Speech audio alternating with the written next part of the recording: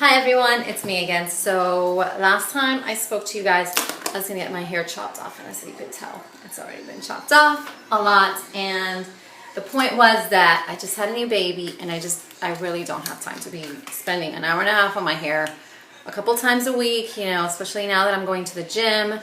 And as you could see right now, I'm finishing my face, which I'm gonna do something about that another day. As you know, that's like another aspect that we don't have much time. Like right now, if you hear in the background, you can hear him starting to get a little bit restless. And so I'm done with my face, and I'll going to do a vlog about that as well, because that's another problem I think that us moms have. Let me see, he's crying. Where we don't have time really to do anything. So you saw my hair the other day, and ta-da, so I got a really cute bob, and I like it. It's, you know, I'm getting used to it still, so there are days that I wake up and I'm like, oh my god, what did I do? But I really like it, and I got keratin because I have really curly hair.